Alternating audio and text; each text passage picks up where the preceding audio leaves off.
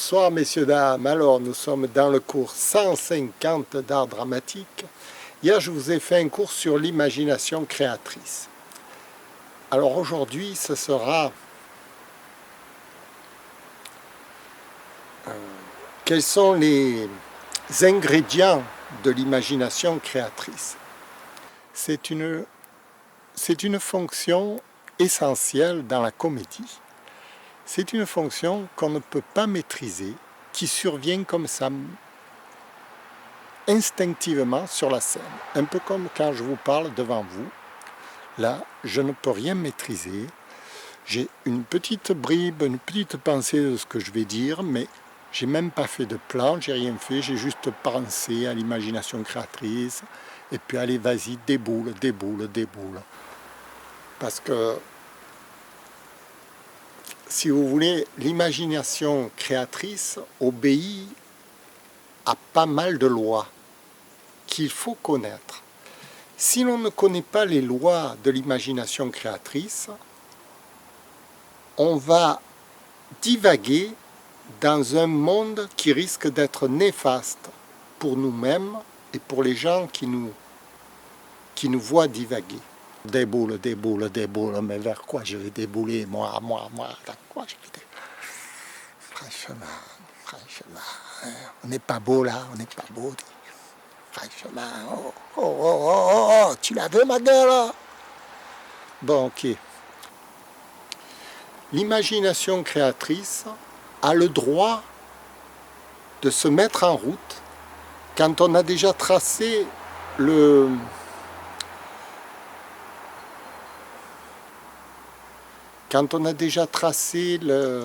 les parapets, si vous voulez, les parapets de sécurité,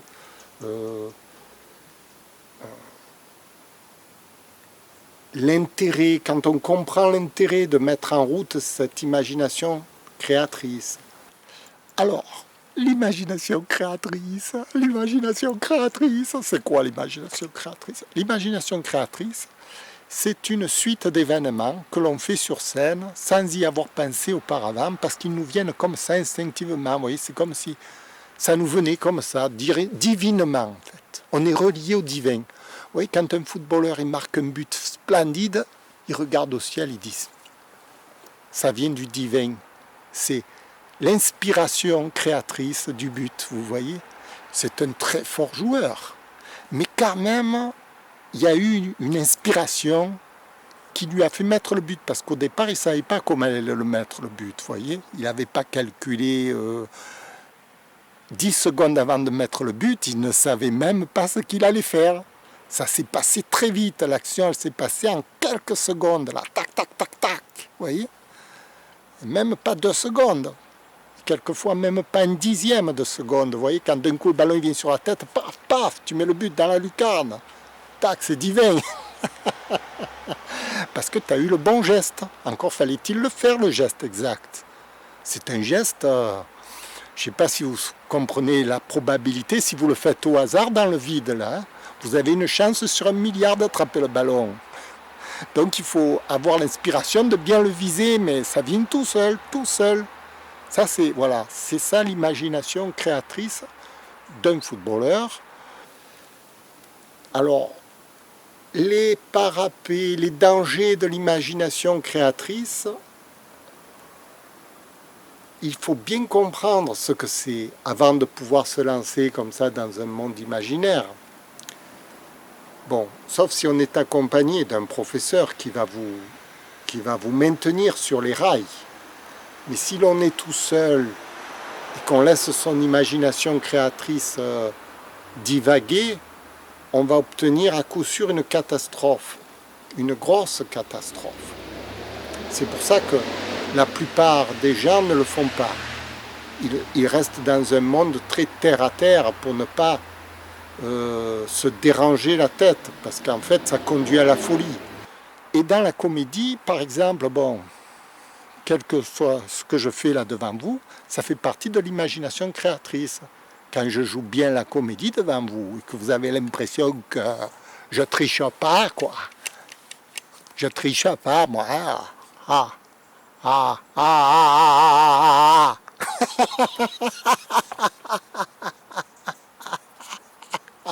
Je me demande si en public je pourrais le faire. Je me suis tellement habitué à cette caméra que j'ai l'impression que je suis seul au monde, vous voyez. Personne ne m'écoute. Mais devant un vrai public, c'est ça mon rêve, c'est de refaire ça devant un vrai public, d'être libre comme ça, vous voyez. De faire n'importe quoi, de faire des folies. Des fois je me dis, mais si j'étais à côté de Drucker ou à côté de Cyril Hanouna, mais qu'est-ce que je ferais? Je le ferais le pitre. J'aurais le culot, vous voyez. C'est ça, c'est ça. Et avoir l'imagination créatrice, c'est ce qui permet d'avoir le culot de le faire. Voilà. Et dans toute chose, l'imagination créatrice conduit à la démence si l'on ne maîtrise pas les voies de l'imagination créatrice. C'est comme un avion, hein. Si vous ne maîtrisez pas la conduite de l'avion, vous allez vous écraser. Un avion, c'est très beau, ça vole, mais à condition d'obéir à des lois très précises. La météo, etc., la technique. Avant de faire voler un avion, il faut peut-être 1 an, 2 ans d'apprentissage. Vous voyez, ben, l'imagination créatrice, c'est pareil. C'est comme un avion avec lequel vous allez vous envoler, mais cet avion va se scratcher si vous ne savez pas le conduire.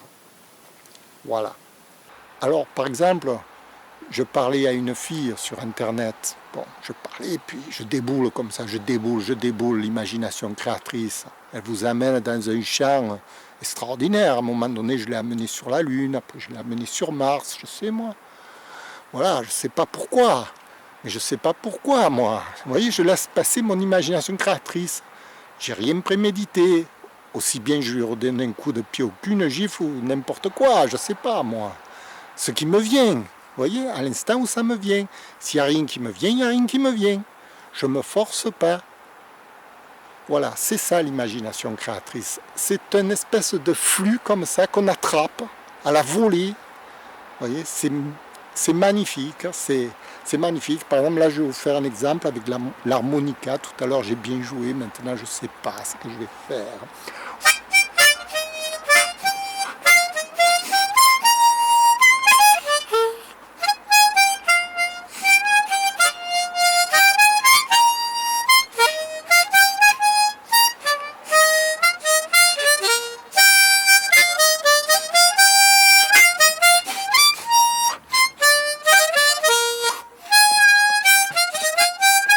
Oh, si c'est nul, dites-le moi le.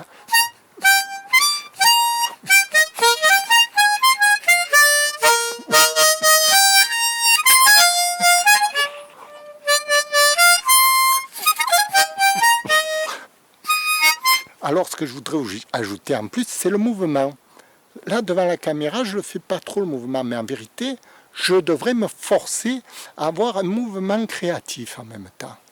C'est-à-dire en même temps faire des petits trucs.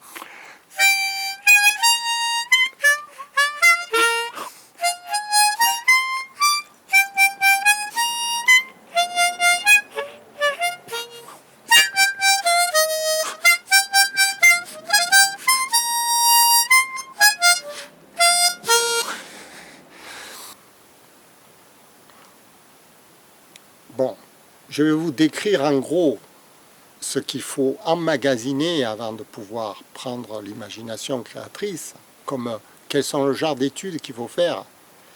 Il faut déjà comprendre que notre esprit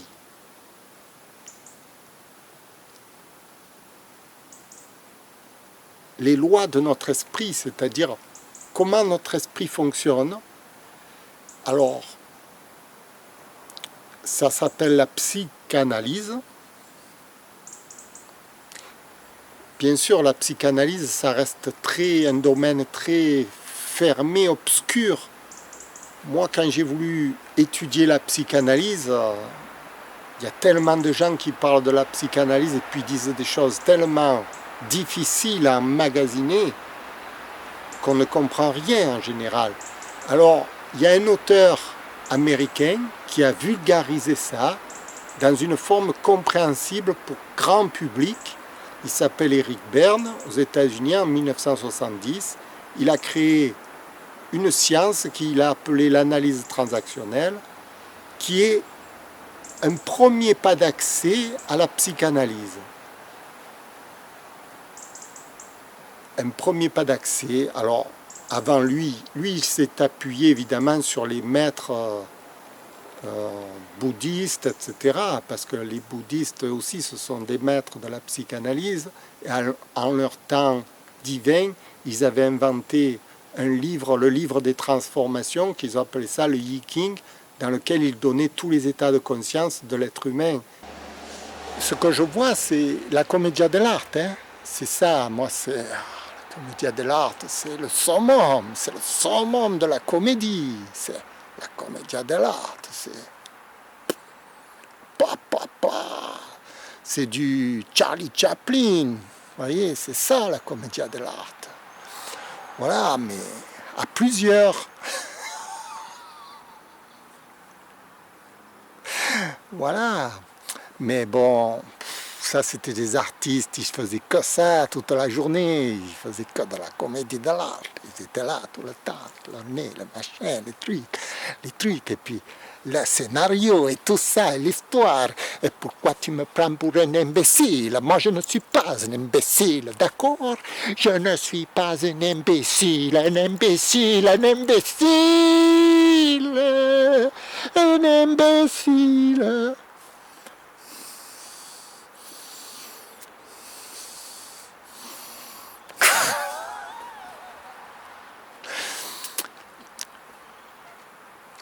C'est ça l'imagination créatrice. C'est quelque chose qui vous vient comme ça. Et alors ne me demandez pas d'où ça vient, j'en sais rien. J'en sais rien. Ça vient comme ça. Parce que j'ai mis en place une structure mentale qui me permet d'avoir un flux comme les pipelettes, vous voyez, qui parlent. Elles ont mis un flux dans la tête. Et tu ne peux plus les arrêter. Tu les arrêtes, elles reparlent. Je dis change de disque. Voilà. Après, vous avez évidemment l'énéagramme qui est après profil de personnalité. Ça n'explique pas comment la psychanalyse fonctionne, mais c'est un profil de personnalité aussi, il faut comprendre. En fait, avant de permettre à son imagination de voguer dans l'abstrait, il faut comprendre les pièges de l'abstrait. En gros, bon, moi j'en parlais avec une amie la dernière fois, je lui disais, l'état de conscience d'un gars qui s'énerve comme ça et qui crie et qui parle fort, c'est quelqu'un qui déraille complètement. Voilà. Si vous voulez, c'est l'état du parent persécuteur en analyse transactionnelle. C'est le gars qui veut toujours avoir raison, qui veut toujours dominer les autres, qui crie à tort et à travers. Et alors, il se dupe lui-même sur la vérité des choses et la vérité du monde. Pas intentionnellement, parce que son esprit ne sait pas qu'il se dupe. Vous voyez, c'est ça. L'esprit, lui, ne se rend pas compte qu'il commet des fautes ou qu'il délire. Quand vous partez dans une imagination créatrice comme ça, vous ne vous rendez pas compte que vous délirez. Vous pouvez le comprendre si vous maîtrisez bien la chose.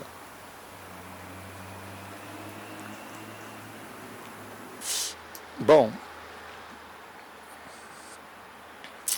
Le comédien, il essaye d'instruire son imagination créatrice dans un scénario quand même. Hein. Il essaye de l'enrichir, voilà, par une construction scénique, mouvement, musique, histoire.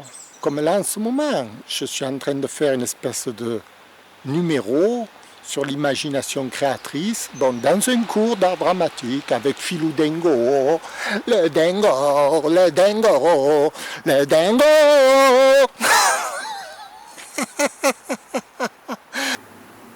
Alors, la première chose qu'il faut faire, c'est étudier l'analyse transactionnelle. Ça vous permet déjà d'avoir une vue globale sur la psychanalyse. Et ensuite, il faut développer par la psychanalyse sérieuse, etc., faire des recherches. Pourquoi le parent persécuteur nuit à la personnalité, pourquoi l'enfant naïf vous conduit à des aberrations psychologiques, etc. Tout ça, ça s'explique avec l'inconscient, etc. Carl Jung, qui après, il a développé, avant Eric Berne, qui avait développé la notion d'inconscient, etc. Mais pour nous, grand public, qu'est-ce que ça nous fait de savoir qu'on a un inconscient ou qu'on n'en a pas, si on ne sait pas l'exploiter? Le but, c'est de pouvoir exploiter cette potentialité qu'on a en nous. C'est comme l'uranium. Un indigène qui trouve de l'uranium dans un champ, qu'est-ce que ça peut lui faire qu'il y a de l'uranium? Il ne sait pas l'exploiter. Voilà. L'esprit, c'est pareil.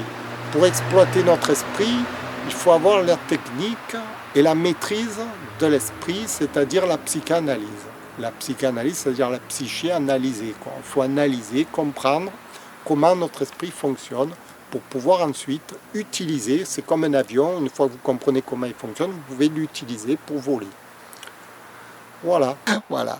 Je vous remercie pour cette écoute. J'espère que vous en aurez un peu appris un peu plus sur l'imagination créatrice du comédien, qui est la part la plus divine de la comédie. C'est comme quand Fernandel ou quand comment elle s'appelle, Louis de Funès, là, qui fait... Vous voyez, c'est des trucs, ça, mais qu'il a inventé par son imagination créatrice, et il le refait comme ça, mais avant de le faire, il ne sait même pas qu'il va le faire, vous voyez. C'est ça l'imagination créatrice. C'est ça, c'est l'adaptabilité à la scène, à tout ce qui se passe. Il y a un petit oiseau qui est venu nous dire bonjour. Et ça, pour apprendre comment l'esprit fonctionne, je crois que c'est le plus gros du travail de l'acteur, du comédien. C'est le plus gros, ça prend des années. Moi, ça m'a pris 20 ans, facilement, 20 ans d'études. À titre personnel, bien sûr, hein. Tous les jours, étudier, comprendre, jouer, comprendre. C'est long, c'est long. Voilà, je vous remercie. C'était le cours 150 d'art dramatique. Comment mettre en place son imagination créatrice.